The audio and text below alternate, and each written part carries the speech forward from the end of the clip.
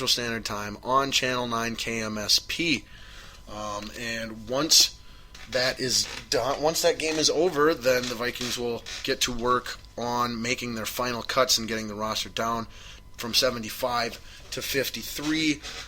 We have already cut one of our quarterbacks, so it looks like Heineke will be our third and final quarterback. I have been hearing rumor that he might get sent to the practice squad and that we will only field 2 quarterbacks in effort to add more depth at more positions such as O-line, D-line, linebacker, and secondary, all areas that we're desperately trying to add depth to at the moment.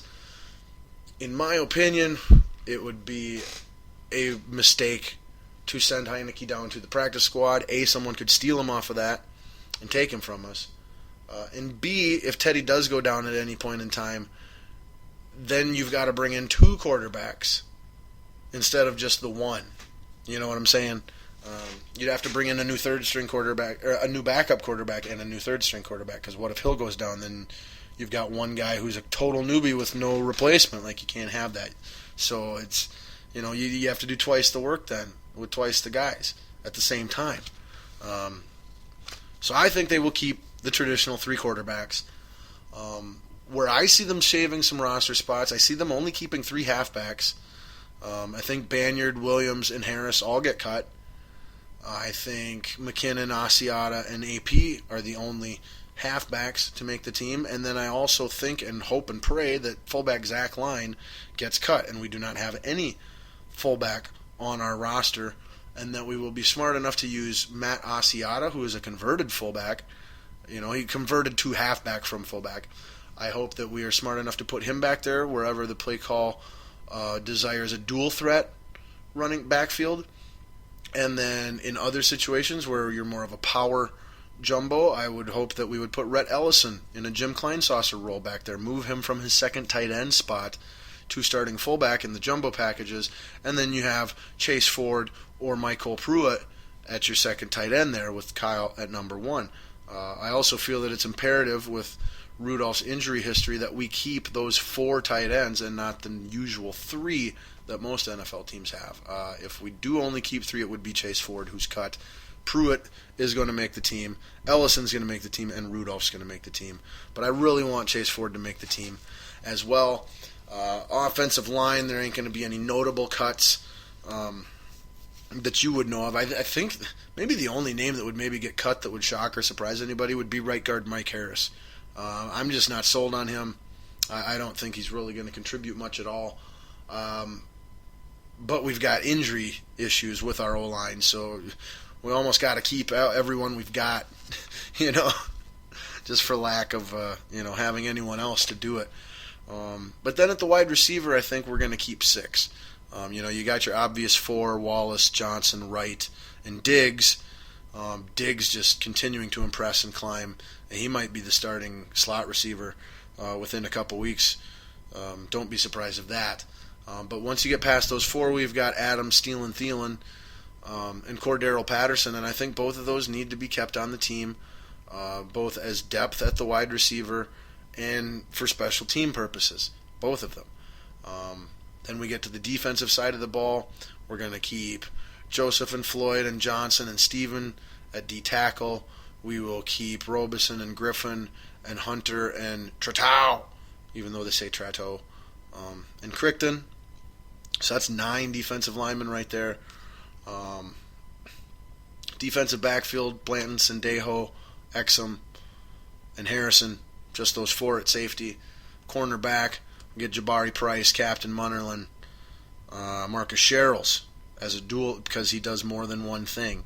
And then you've got Newman, Terrence Newman, Trey Waynes, and Rhodes. So 6 cornerbacks all in all. And then linebacker is the one where, to me, it's really interesting.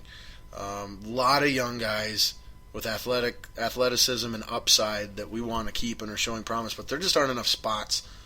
So the ones I think we keep are for sure, Barr and Kendricks and Hodges. Those 3 are for sure locked in there. Audie Cole and Chad Greenway.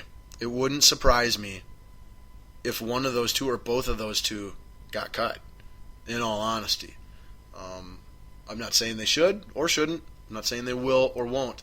But it simply wouldn't surprise me. I think both of them, from an athletic standpoint, can't really contribute the way that Zimmer wants his linebackers to contribute. However, Zimmer does recognize and appreciate the value of veteran play, veteran leadership, veteran intelligence, veteran play recognition and awareness, veteran technique, veteran work ethic, veteran reliability, things of that nature. And Audi and Greenway have that. So like I said, your three main ones are Barr, Kendricks, and Hodges. Then after that, we've got Audi, Cole, and Greenway. Both might be on the cut bubble. And then we've got Waters and Mauti or Mauti, however the heck you say his name. I think he goes personally, but I think Waters stays. Or is it Watts? I think it's Watts. Maybe it's Watts and Peters. Yeah, Peters I think is what it was. Peters and Watts. Look for at least one of those guys, maybe both of those guys to stay. And then Edmund Robinson. I honestly think we're going to keep him on the actual roster. So we're going to end up with, you got to have at least 6 linebackers, 2 outside, 2 strong outside, 2 weak outside, 2 middle linebackers. Ideally, you have 1 more backup middle linebacker and 1 more backup outside linebacker that can float. So up to 8 linebackers we'll be keeping, but for sure at least 6. I'll be real interested to see if any of the guys that I'm really hoping they get rid of are kept. I'll be interested to see if any of the guys I'm really hoping that we keep, we actually get rid of. But so there's some of your cuts to look for here. And, Blair Walsh, he got his kicking situation figured out just a little bit. The main issue to me with the Vikings right now, arguably the only issue if Walsh can be adequate. We'll just stick with adequate. If Blair Walsh can be an adequate kicker, to me, there's only one issue on the Vikings team right now, and that is starting center John Sullivan.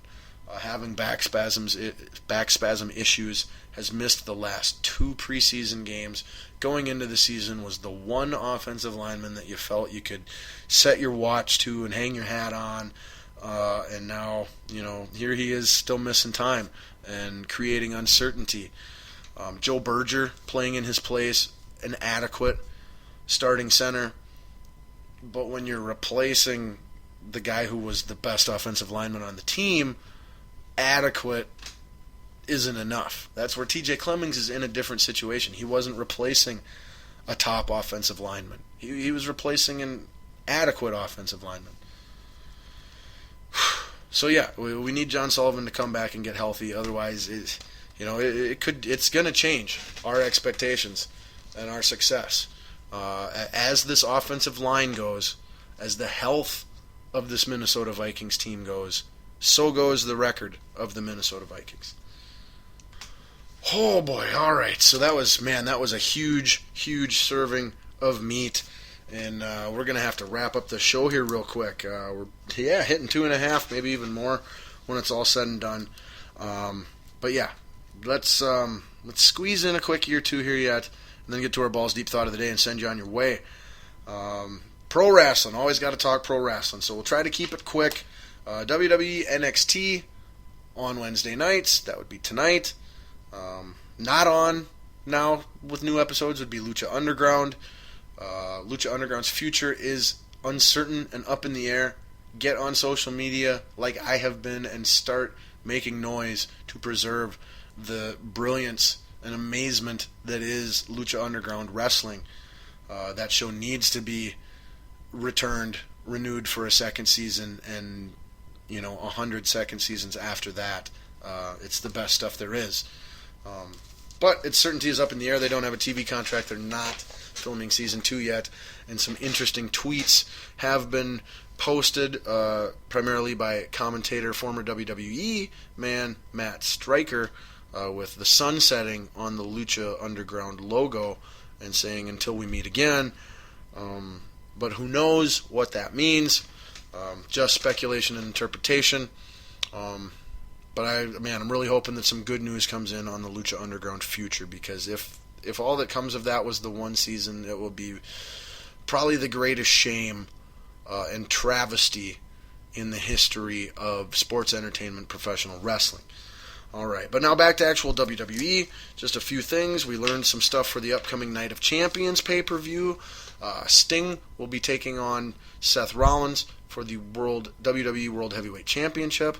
Seth Rollins will also be wrestling in another match, defending his newly won United States title against the man who he took it from, John Cena, invoking his rematch clause. So Seth Rollins will be wrestling in 2 different matches at the upcoming pay-per-view, defending both of his titles that he is currently holding. So that should be great. And also look for the newly returned Dudley Boys to take on the New Day Rocks. New Day Rocks. For the tag team champs at Night of Champions as well. Charlotte, the daughter of Ric Flair, will be taking on Nikki Bella for the Divas title, and that will almost certainly end Nikki Bella's title reign. And hopefully Charlotte will be able to continue the Diva Revolution movement.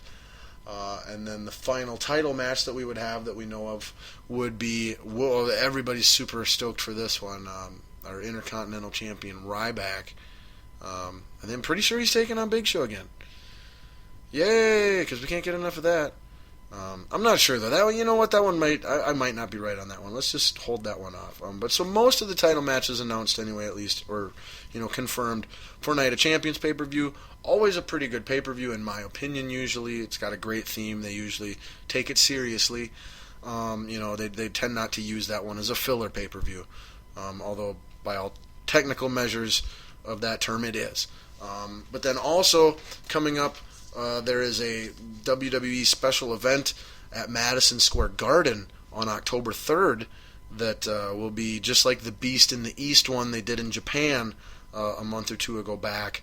And Brock is the big attraction again for this one as he was for that last one. I don't understand why they're using the part-time mega contract guy in these non-official pay-per-view things. That are mostly live house shows. But they did announce the match card. I don't want to get into it too much. Seth Rollins will be fighting John Cena again. And the Beast, Brock Lesnar, he will be fighting, oh boy, the Big Show. Woo-hoo-hoo. Yeah, because that's what everybody wants to see at that Madison Square Garden show. And then the one other one, oh my gosh, this one is going to be incredible. Chris Jericho is going to be wrestling at it. He wrestled at the one in Japan. He wrestled Neville, and it was a best match of the show. He will be wrestling Kevin Owens at Madison Square Garden on October 3rd. That is by far, hands down, that's the best match of the show. Watch it just for that match. Going to be incredible. And then our last little bit of pro wrestling news. Superfly Jimmy Snuka, wrestling icon, legend, Hall of Famer, just the other day was arrested for murder and manslaughter involving a former female companion of his who died over 30 years ago. That's right, in the early 80s, this woman died. The only person she was with was Jimmy Snuka. Jimmy Snuka at the time of her death was the only person of interest, the only suspect. For whatever reason, the case got closed. He wasn't charged with anything, let alone found guilty. And now here, 32, 37 years later, whatever the heck it is, 30-some years later, the case got reopened because they decided to do another autopsy on her because it was a closed, unsolved case and they had new technology or whatever. So let's do that. And now, based off of the findings of that autopsy, Jimmy Superfly Snuka has been arrested and charged with third-degree murder. At least I think it's third-degree murder, as well as manslaughter. So that is, wow, that's crazy. I have a hard time believing or thinking that that's what happened there, because anytime you ever see Jimmy Snuka on anything, like he's extremely quiet, soft-spoken, not loud or bravado or arrogant or controlling or, none